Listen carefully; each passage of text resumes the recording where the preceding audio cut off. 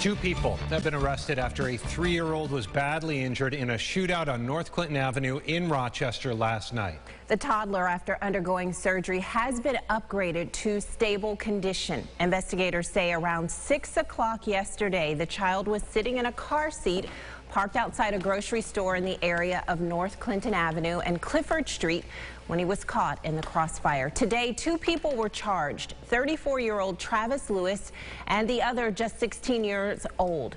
Lewis was arraigned in city court this morning where he pleaded not guilty to charges of assault, criminal possession of a weapon, and endangering the welfare of a child. Now, the 16-year-old was arraigned in Monroe County Family Court and sent to the Monroe County Children's Detention Center with bail set at $50,000.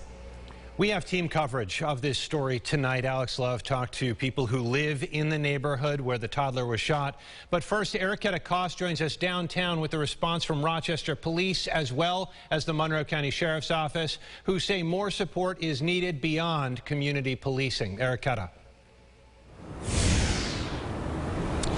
Good evening, and a big takeaway today. Both city and county officials want to see tweaks to bail reform laws when it comes to letting a judge have discretion for keeping offenders if they are deemed to be dangerous. A lot of that traces back to illegal guns and repeat offenders.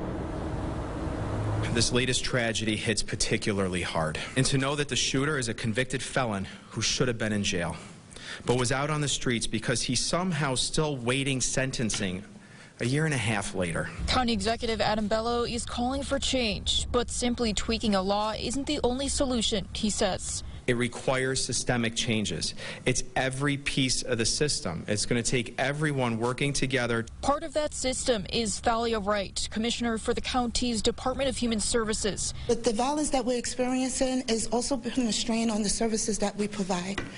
Right now, we are struggling with recruitment of caseworkers, examiners. She's also a Rochester resident and lost her own brother to gun violence when he was just 29.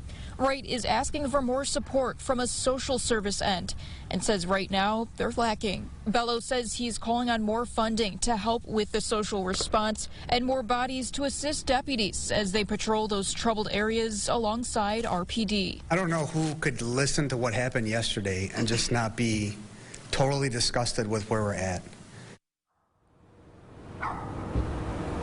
And coming up at 6, you'll hear from Rochester Police Chief David Smith on what they've noticed is working throughout the summer, the progress they've made on combating the violence, and what he's calling for as well moving forward. For now, in Rochester, Erica Cost, News 8. All right, Erica, thank you. Now, as police continue to investigate this shooting, those who live and work along that stretch of North Clinton are expressing their dismay over the gun violence that's taken over their neighborhoods. Alex Love spoke to some of them. He joins us now live from the Public Safety Building with more. Alex. Well, people tell us nowadays, Adam, they're too scared to leave their homes, especially with their families. That stretch of North Clinton Avenue has seen 7 homicides this year alone, not counting the shootings that weren't deadly. People who live and work along that stretch of road believe systemic issues need to be addressed in order to see real change. Tino Monroe has lived off North Clinton for more than 10 years, but has found himself needing to look over his shoulders when walking down the road more often. He blames easy access to drugs and guns leading to shootings. A lot of younger kids getting their hands on guns. I feel like it's the way that they're being raised. They don't know a lot better. I feel like it's starting younger and younger, the generations, and it has to do with the drugs, and that starts into violence and gangs. As gun violence continues, Carmen De Laval, who works on the block, has noticed it impacting business at the food stand where she works because less people want to come out and hang around the block. We say to our customers sometimes you can wait in the car and we bring it to your car. It's a lot of things happen, so we had to try to live with this. It's not good. It's not safe. It's not too safe area, you know. On this block right next to where the shooting happened sits the Father Tracy Advocacy Center, dedicated to providing the community with quality food, finding jobs, and improve the quality of life.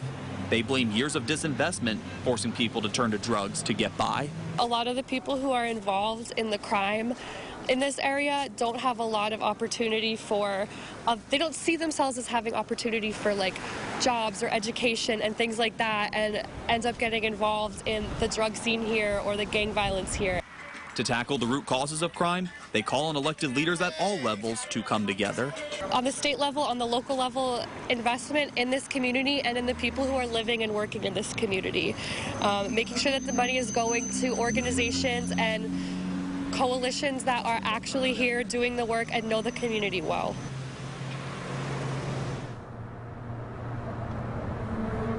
Now, when we were out there throughout the day, Rochester Police did have more of a presence up and down that stretch of North Clinton Avenue. Some people told us it put their minds at ease after dealing with so much gun violence throughout the year.